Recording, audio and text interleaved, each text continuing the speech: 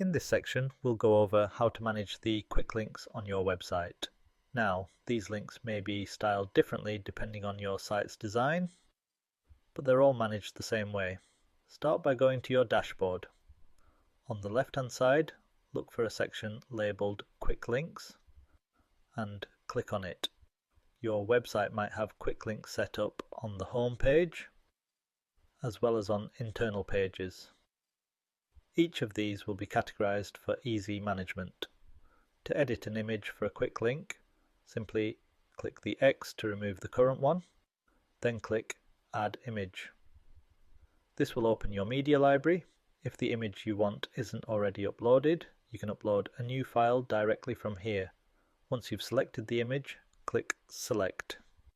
You can now update the title and edit the link by clicking the small pencil icon next to it.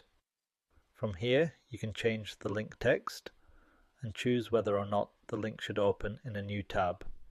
You can also search for pages that already exist on your website and link to them directly. Once you're done, click Update. When everything looks good, click Update on the right-hand side of the screen.